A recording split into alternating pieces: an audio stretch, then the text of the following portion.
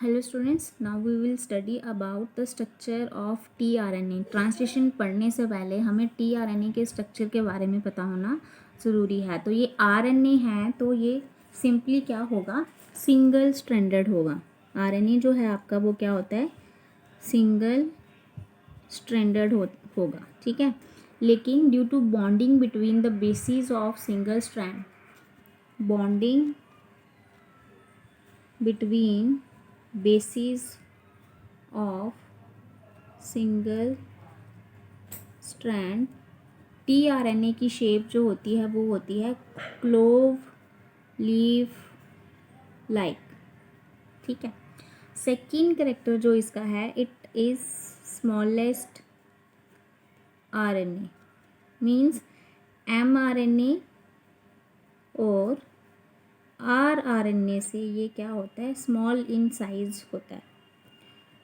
Next ये है, ये सॉल्यूबल है इन 1 मोलर NaCl सॉल्यूशन में, ये क्या होता है, सॉल्यूबल होता है। तो टीआरएनए जो है दैट इज ट्रांसफर आरएनए, इसका मेन फंक्शन क्या है, एक्ट एज एडाप्टर मॉलिक्यूल,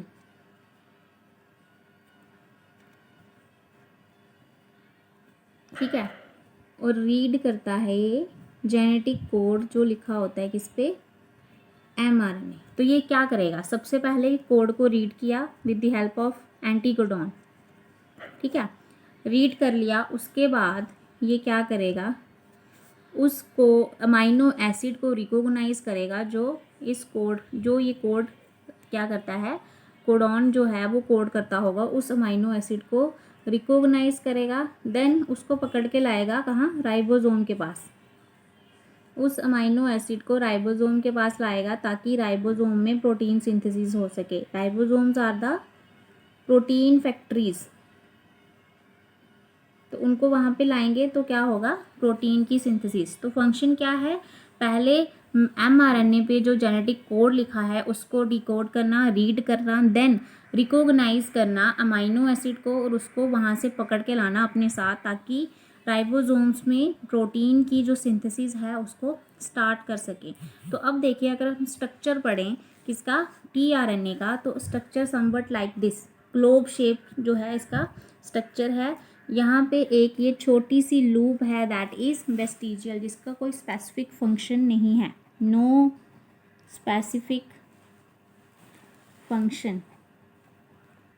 तो देखो यहाँ पे सिंगल स्ट्रैंडेड है, 3' एंड 5' एंड, तो आपस की बेसिस में जो पेयरिंग हुई है उस वजह से ये क्या है, क्लोब शेप। जो 3' आर्म है, 3' एंड वाली जो आर्म है वो थोड़ी सी एक्सटेंडेड होगी 5' प्राइम एंड वाली आर्म से, ठीक है। तो 3' जो एंड है उस पर फ्री हाइड्रोक्सिल ग्रुप प्रेजेंट होता है, ठीक है। और वहाँ पे जो सीक्वेंस होता है दैट इज़ ACC, ठीक है। ये हमेशा यहाँ पे यही सीक्वेंस प्रेजेंट होगा। तो अब हम इनको 1 बाय 1 इसके जो पार्ट्स हैं उनको स्टडी करेंगे और उनके फंक्शन के बारे में पढ़ेंगे। तो लास्ट वाली जो लूप है, जो लोअर लूप है, दैट इज़ एंटीकोडॉन लूप।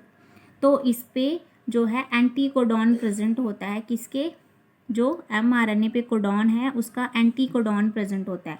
जैसे AUG, इसका एंटीकोडॉन क्या होगा, UAC। तो ये कहाँ पे प्रेजेंट होगा, lower loop of the tRNA, that's why this loop is known as anticodon loop, ठीक है। नेक्स्ट है आपकी टी लूप, ठीक है। इसको GTPCG लूप भी बोलते हैं। G mean guanine, thymine, P mean pseudouracil, cytosine, guanine, ठीक है। तो आप जैसे आप सोचते होंगे कि जो आपका आरएनए है उसमें थायमिन तो प्रेजेंट नहीं होता, लेकिन यहाँ पे प्रेजेंट होता है। P फॉर स्यूडो यूरेसिल, जहाँ तो हम इसको TSI-C लूप भी बोल सकते हैं, ठीक है।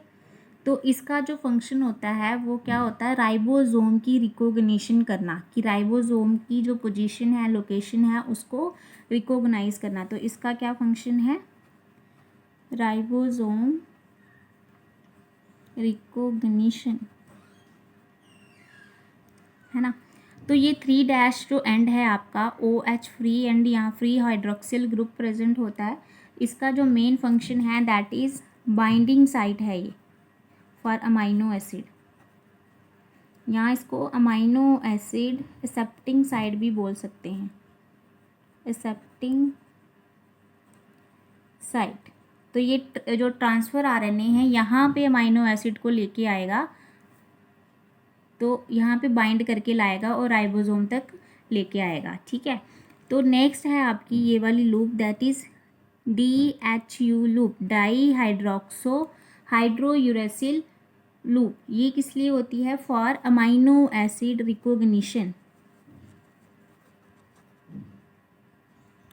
Amino acid recognition mean anticodon ने यहाँ पे जो कोड रीड किया है उसके अकॉर्डिंग ये अमाइनो एसिड को रिकॉग्नाइज करेगी कि इस कोडॉन के, ये वाला जो कोडॉन है वो कौन से अमाइनो एसिड को कोड करता है, ठीक है। तो ये इसको रिकॉग्नाइज करेगी 3' एंड पे, फिर वो उसको बाइंड कर लेगा जो आपका क्या है tRNA है, तो टी लूप है, देन वो रिकॉग्नाइज करेगी where is the ribosome, ribosome के पास लेके जाएगी उस अमाइनो एसिड को, तो अमाइनो एसिड को वहाँ पे वो प्रोटीन सिंथेसिस में इन्वॉल्वमेंट हो जाएगी। तो ये था आपका स्ट्रक्चर ऑफ tRNA जो इम्पॉर्टेंट रोल प्ले करता है in synthesis of the proteins.